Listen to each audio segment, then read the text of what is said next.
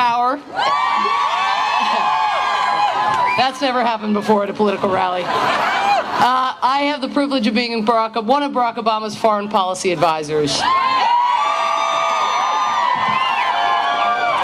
And I don't know if you've noticed, but we need a little help in foreign policy.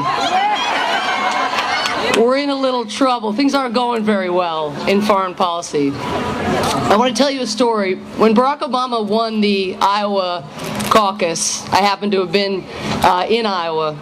And one of the things he did after winning, expected to win maybe by those of us here, but expected to win by not a pundit on this earth, he said to a group of his advisors, before we go any further, I want you to know something. To the advisors, he said, this is so not about me. This is so not about me.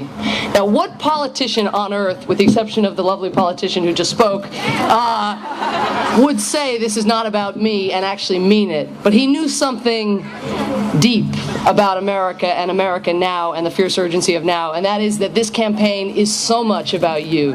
It is a movement. It is not a campaign. And I want to just ask, by show of hands or by maybe some applause, how many of you are out here freezing your ass off for the first time in your political lives? I've certainly never done this before. And that is reflective of what is going on in America. There is something happening in America. When you run out of ballots, when people line up around the block for blocks and blocks and blocks, simply to have the privilege of canvassing for Barack Obama, there is something going on in America. You are going on in America.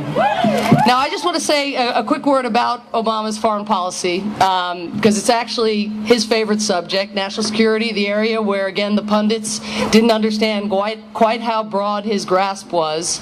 But I'd like to just sketch a few examples of what Obama has done on foreign policy and what he's capable of and what he will be as president. All of you know that Obama was the only relevant presidential candidate who opposed the war in Iraq.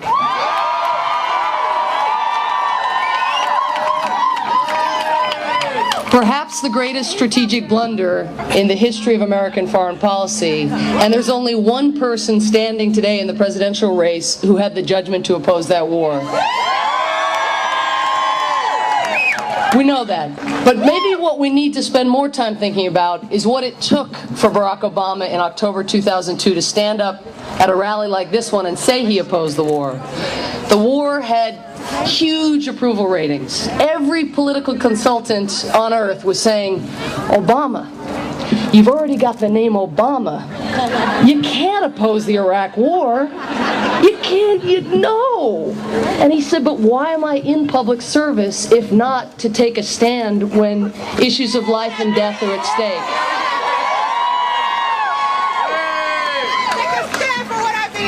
He will stand for what he believes. He will cut against the grain if that is what is required. He is not beholden to conventional thinking, to the herd mentality, as was said, to business as usual. Another example, in this campaign, he set the terms of the national security debate. He said, you know what? I agree with John F. Kennedy. I think we should never negotiate in fear, but we should never fear to negotiate. What are we afraid of?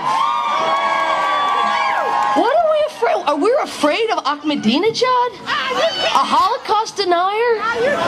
We're afraid of him? Surely it's tougher to be in the room with somebody and actually make your principles known in person than to lob these verbal grenades from 5,000 miles away.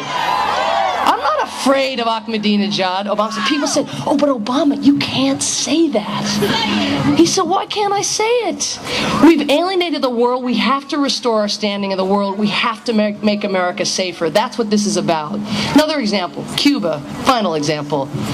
I don't know if you've noticed, but the embargo isn't exactly working. Castro has outlasted everyone. It's counterproductive. The Cuban people haven't benefited from this policy. But the political consultant, no, Obama, you can't say it. Florida, you can't mention. And he said, but surely the best weapon the United States of America has is the American people. Is travel to Cuba, is remittances. Let's open this up. We're not ashamed. He will stand up to the herd when it is required. He is pragmatic. He is a problem solver. And when we talk about the fierce urgency of now, it's not just that the planet is melting, that the ice caps are melting. It's not just that the terrorists are proliferating. It's not just that we have to restore our credibility and our standing in the world, our respect in the world. All of that is true. But the way we're going to do that is not just to build a majority in this country. We have to have a working majority. You have to have a president who can appeal to independents and Republicans. We're a divided country. We are a divided country. Politically. 50-50 in the Senate, 50-50 in the House. The elections are usually 50-50. Last we checked, the last couple of what candidate is actually capable of creating a majority where you can get things done? There's only one.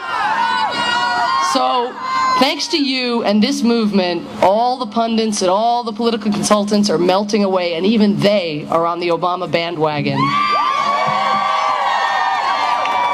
Well, we got to get out the vote. We got a lot of work to do between now and Tuesday, but thank you so much for freezing. Thank you so much for coming out and becoming political because somebody made you believe again. Thank you so much.